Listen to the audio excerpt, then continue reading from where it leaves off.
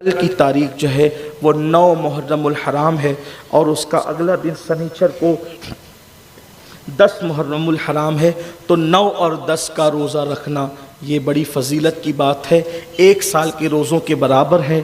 اور یہ بھی فرمایا جس نے عاشور کا روزہ رکھا 1 سال پہلے اور 1 سال بعد کے گناہوں کی مغفرت کی بشارت ہے۔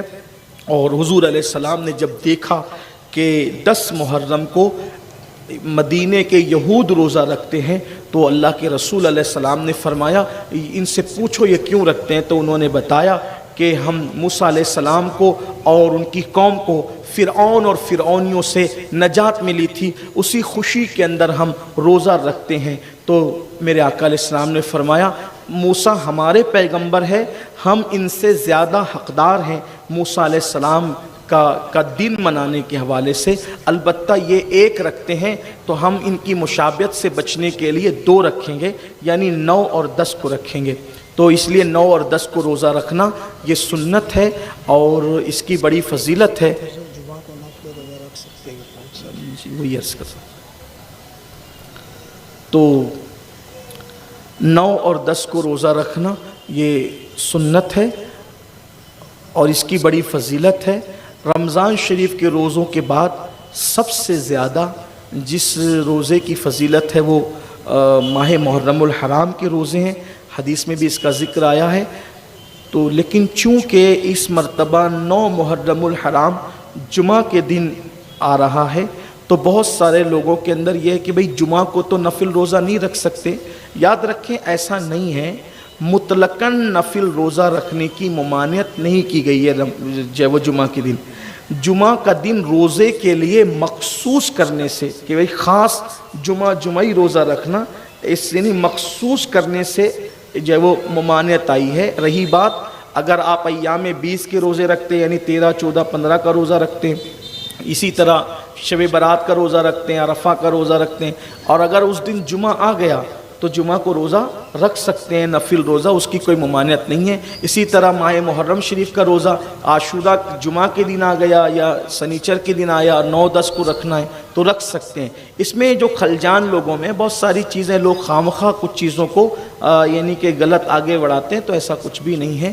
تو روزہ رکھنے آپ رکھیں، روزوں کا اہتمام کریں، درود شریف کا اہتمام کریں، تلاوت قرآن کا اہتمام کریں، سبیل امام حسین کا احترام کریں، صدقہ دیں، امام عالی مقام کی طرف سے صدقہ دیں، نیاز کریں، لوگوں کو کھانا کھلائیں، اس کی بڑی برکتیں ہیں۔ انشاءاللہ تعالیٰ کبھی موقع رہ چکے ہم تو داستان کربلا بیان کرتے ہیں تو ایسا موقع ہی بیچ میں نہیں آتا کہ ان ساری چیزوں کا تذکرہ کیا جا سکے، اس لیے میں آپ سے کہتا ہوں امام کے نام پہ صدقہ دینا، امام کے نام پہ کھلانا، امام کے نام پہ پلانا، بہت اس کی برکتیں ہیں۔ بلکہ امام عالی مقام کے نام پر غیر مسلموں نے کھلایا پلایا تو اللہ تعالیٰ نے ان کو کتنا نوازا، یہ ہمارے بزرگوں نے اپنی کتابوں میں لکھا ہے۔ امام عالی مقام کی ان لوگوں کو زیارت تک ہوئی، امام نے ان کو کلمے کی تلقین فرمائی، ایمان کی دولت عطا فرمائی، تو یہ بہت بڑی بات ہے، اظہار محبت ہے، اظہار پیار ہے۔ اس لیے صدقہ، خیرات، سبیل امام حسین، یہ ساری چیزیں کیجیے۔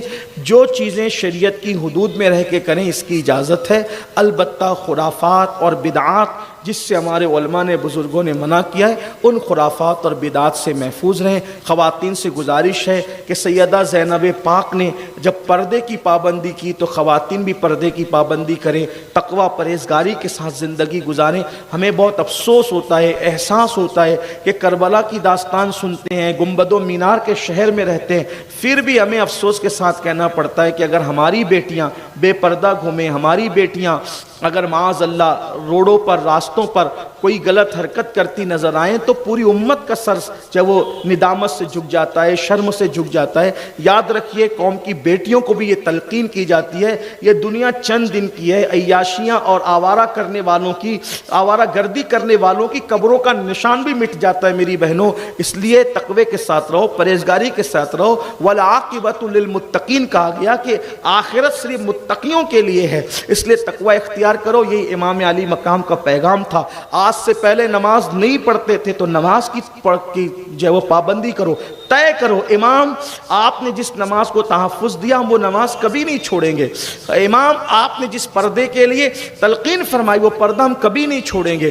آپ نے پڑوسیوں کے ساتھ حسن سلوک کی تعلیم دی, ہم پڑوسیوں کے ساتھ بدتمیزی سے کبھی پیش نہیں آئیں گے. آپ نے ماں باپ کے ساتھ حسن سلوک کر کے دکھایا. امام حسین اور امام حسن اپنی امی سیدہ فاطمۃ الزہرا کے ساتھ کبھی کھانے نہیں بیٹھتے تھے. کسی نے پوچھا آپ کی امی تو بہت متقیہ پارسا رسول اللہ کی شہزادی ہے, آپ ان کے ساتھ کھانا کیوں نہیں کھاتے؟ تو شہزادوں نے کہا اس لیے نہیں کھاتے کہ امی کی نظر کسی لقمے پر ہو اور ہمیں اس سے اطلاع نہ ہو اور وہی لقمہ اٹھا کر ہم منہ میں ڈال لیں تو امی کی بے ادبی ہو سکتی ہے. ہم بے ادبی سے بچنے کے لیے ایسا کرتے ہیں کہ امی کے ساتھ بیٹھ کر کھاتے نہیں. اندازہ فرمائے ماں کا یہ احترام انہوں نے سکھایا. لیکن ہمیں حیرت اس بات پر ہے کہ ہم کربلا سن بھی رہے ہیں, رو بھی رہے ہیں, آنسوؤں کی سوگات بھی پیش کر رہے ہیں, لیکن زندگی کے اندر تبدیلی کیا ہے, انقلاب کیا ہے؟ مسلمانوں جب تک تبدیلی نہ آئے آپ سچے حسینی نہیں ہیں. سچی حسینیت تبدیلی کا نام ہے, حسینیت انقلاب کا نام ہے, حسینیت دین پر سختی سے عمل کا نام ہے, حسینیت شریعت کے تحفظ کا نام ہے, حسینیت دین پہ مر مٹنے کا نام ہے, حسینیت دین کے لیے سب کچھ قربان کرنے کا نام ہے, حسینیت دین کے لیے سب کچھ لٹانے کا نام ہے, حسینیت اللہ اس کے رسول کی محبت میں ڈوب جانے کا نام ہے, حسینیت اللہ رسول کے لیے قربانی دینے کا نام ہے. اس لیے رسمی اور اسمی حسینیت کی طرف سے نکل کر حقیقی حسینیت کی طرف چلیے تاکہ امام علی مقام کی توجہ ہماری طرف ہو. اللہ تعالیٰ سب سے پہلے مجھے آپ سب کو توفیق بخشے. گفتگو کے درمیان کوئی غلطی ہو تو اللہ معاف فرمائے. وما علینا الا البلاغ. السلام علیکم ورحمۃ اللہ.